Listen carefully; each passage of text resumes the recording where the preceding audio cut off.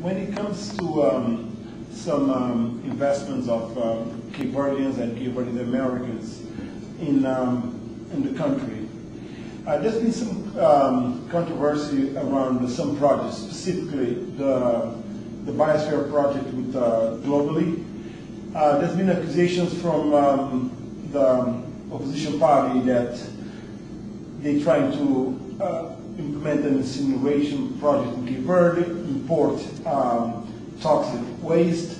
We talked to both Jorge Santos, the leader of the opposition, and the Prime Minister of Cape Verde. They both have two different opinions on that. One is accusing, one is defending. So would you like to tell us more about it? I would like to talk about this for a minute because I think it's very important. It is an example of a private investment, and private investment, as I already said, is very useful and very important to Cape Verde. This particular investment, I think, is suffering from a lot of confusion and a lot of erroneous information. I think it's unfortunate that the company did not have the opportunity to provide information about its technology and about its process before a lot of information appeared in the press in Cape Verde. And I would encourage you all to take the time to speak with the owners of the company about the technological aspects, because I think you would find it very interesting, and I think your audiences would find it interesting as well. One of the key pieces of information that was not well discussed or well broadcast in the information that was published about this investment is that it is an energy system. It's a system for producing energy, and energy is one of the things that is very much needed in Cape Verde, as you know. It is an energy system that can use a variety of different fuels to produce energy. It can use classic carbon-based fuels. It can use natural gas. It can use petroleum products. It can use coal. It can also use organic materials. It can use garbage. It can use a variety of materials, and it can use toxic waste. One of the unfortunate aspects of the information that has been circulated about this program and about this technology is that because it can use toxic waste as a fuel for the system does not mean that it must use toxic waste or that it will use toxic waste. This particular energy program has been marketed to the Cape Verdean government as an energy program that could use garbage as the fuel to produce energy. I think that would bring a variety of advantages to Cape Verde, because number one, it would take, it would provide energy, which is obviously the most important part about it, but it would have the secondary benefit of reducing the amount of garbage on the islands.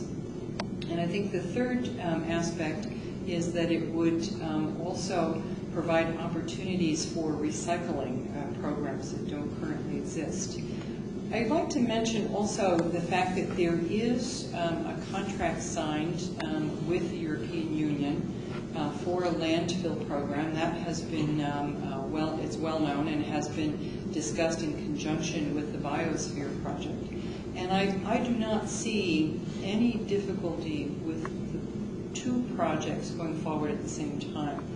I don't think that the biosphere project in any way prejudices or compromises the European Union's already signed contract to produce or to construct a landfill.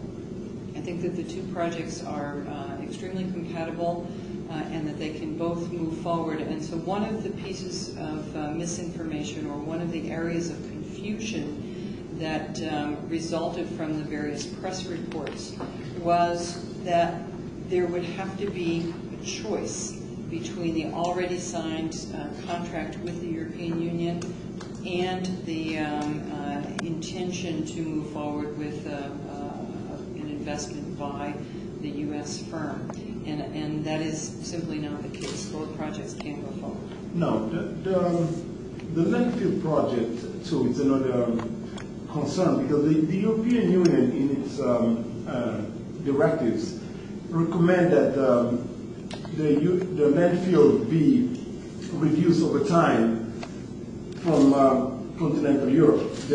I think it's about 34 or 50 something percent. I don't remember the number exactly, but they are moving towards reducing or eliminating the landfill waste treatment from Europe. With that in mind, and also for the fact that the landfill requires land, use of land. In Cape Verde is a group of islands. We are limited by land. We don't have much land. We are surrounded by water, and so you can just do so much with land. So does it make sense to have a landfill technology in Cape Verde? Well, I'm not an environmental engineer, so I'm not in a position to comment on the technical aspects or the pros and cons of the landfill project. What I can tell you, however, is that the biosphere energy project could utilize some of the garbage that would otherwise be destined for the landfill. And landfill would still be needed simply because there are forms of garbage that cannot be recycled or cannot be used for energy production, and therefore do need to be treated as garbage. But the answer to your question with regard to the technical aspects, again, it's something that I'm not in a position to address, but I think it might be useful for your audiences if they would have an opportunity to hear from the companies involved or from experts who might be able to speak to the issues of how much land is needed, what kinds of treatment the landfills provide for with regard to the garbage, what the possible interconnection could be between the landfill project and the biosphere project, so that the landfill would be of a smaller size because some of the garbage could be used for the production of energy and so forth. I think that would be a very useful topic for a future encounter. For Cape Verdean American citizens who are interested in going to Cape Verde to do business or help in this transitional period that the United States is now investing in, does the embassy offer any support assistance to those? Yes, the U.S. Embassy does have an economic commercial section. We do offer assistance to U.S. firms. We offer information. We offer a variety of different types of assistance, and that assistance can begin before people come to Cape Verde. They need only to contact the embassy's website in order to find out who the appropriate people are, what the contact information is. And so even before they get on a plane and travel to Cape Verde, it is possible to have prior contact and prior information. The U.S. Department of Commerce also here in the United States has a very robust website that describes a variety of programs that can help U.S. firms that are planning to do business abroad, either by exporting products or by making investments. I think it's very useful for members of the diaspora and others here in the United States who would like to invest in Cape Verde to look at those sources of information before they move forward and before they even come to Cape Verde. But I have personally met with several people who have come to Cape Verde in the limited amount of time that I have been there, who are looking at a variety of options. And of course I was present also for the inauguration of the Fast Ferry Office, which is one of the investments that I think is very important. The transportation sector is a key sector for an island nation. And so going back to my previous mention of Delta Airlines and the aviation transportation that will be provided, the fast ferry connections, the roads, the port expansion, and so forth, I think that there are lots of opportunities here for investment in the transportation sector, but also in other sectors as well.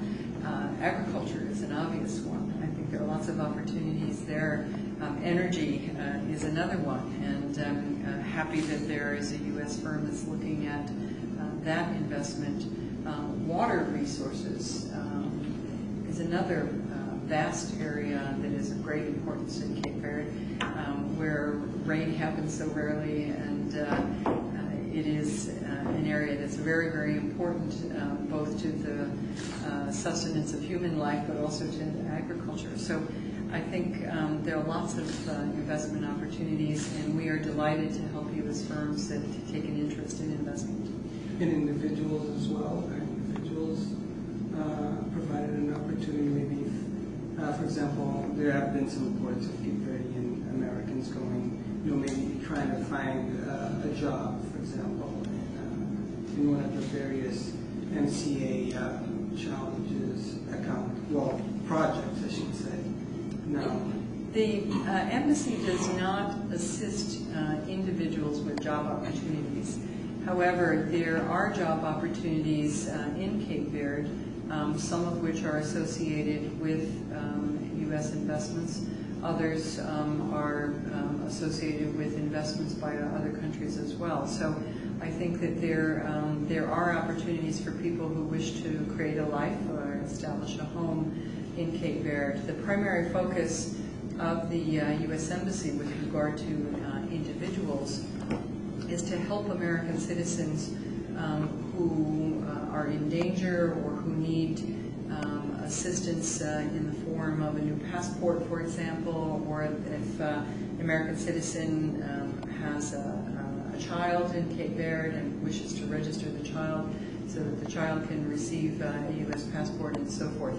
The types of American citizens, the type of American citizen services that the embassy provides are available to all American citizens, whether they're visiting Cape Verde or residing in Cape Verde. And actually I was neglected to mention that when I listed our three primary objectives and priorities, because that is the #1 priority for every American embassy, every American consulate, everywhere in the world. Providing assistance to American citizens who are in difficulty or who are in danger or who need assistance in getting back to the United States should they choose to return to the United States is the #1 priority of every U.S. installation. You mentioned that education is one of top priorities in your agenda. So let's talk a little about it specifically in the context of Cape Verde. We know that one of the most valuable contributions that the U.S. can offer to Cape Verde, like the many that it has done, and as Cape Verde we are very appreciative for that. But one of it is also higher education opportunities. So how can the U.S. do more to foster this mode of investment in Cape Verde future instead of giving more monetary contribution? I'm glad that you asked that, because we're in the process of looking at the protocol that was signed between the United States and Cape Verde, particularly with the university, to do a variety of things. One of the areas in which we would like to move forward is with exchange of professors. And I think that it's extremely useful for professors from the United States to come to Cape Verde and professors of Cape Verde's universities to come to the United States and look at best practices, ways of teaching, new materials, new technology that helps with teaching, and so forth. Another aspect to the protocol is the exchange of students. A third aspect that is not particularly specific to the protocol, but is an area where we have been working, and I know that the Cape Verdean ambassador to the United States is also very focused on this, is ways in which students, Cape Verdean students, can come and study in the United States and either receive a bachelor's degree or an advanced degree or vocational training. Those are areas that are very important since there are some forms of education that are not readily available in Cape Verde. But one of the things that the embassy is also working on is enhancing education opportunities at the primary levels. Primary school and secondary school is an area that's also important under the Millennium Challenge indicators, because a certain number of the indicators have to do with education and have to do with investing in people. And there's a particular indicator, in fact, that has to do with the number of girls who complete secondary school. So the embassy is very interested in assisting schools and assisting municipalities in a variety of ways. For example, using some of the funding that is available to the embassy, we have assisted schools with electrification. We have assisted schools with building projects, building additional classroom space or teacher space, teacher office space onto existing schools. We've helped to construct recreational facilities where the children can engage in sports after school or as part of the school program. Often when the U.S. military has a ship visit, the sailors will come into a community and will help either with some construction work on schools or painting schools. So there are a variety of ways